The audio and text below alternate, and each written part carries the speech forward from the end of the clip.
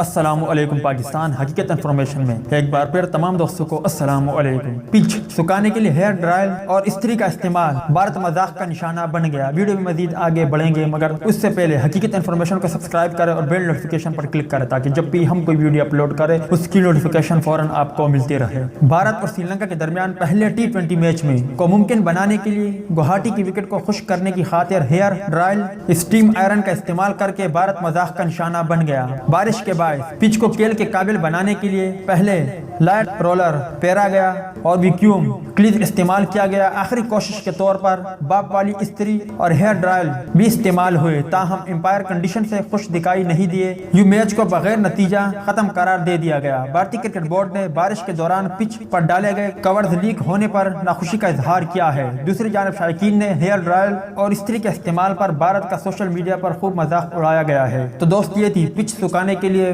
BCCI کا انوکھا رد عمل کے حوالے سے کچھ اپڈیٹ۔ ویڈیو اچھی لگی ہو تو لائک کرے، بری لگی ہو تو ڈس لائک کرے۔ چینل کو ابھی تک سبسکرائب نہیں کیا تو سبسکرائب کر کے ساتھ موجود بیل آئیکن کو بھی دبائیے۔ ملتا ہے کسی نیکسٹ ویڈیو میں، تب تک کے لیے اجازت دیجیے۔ اللہ حافظ۔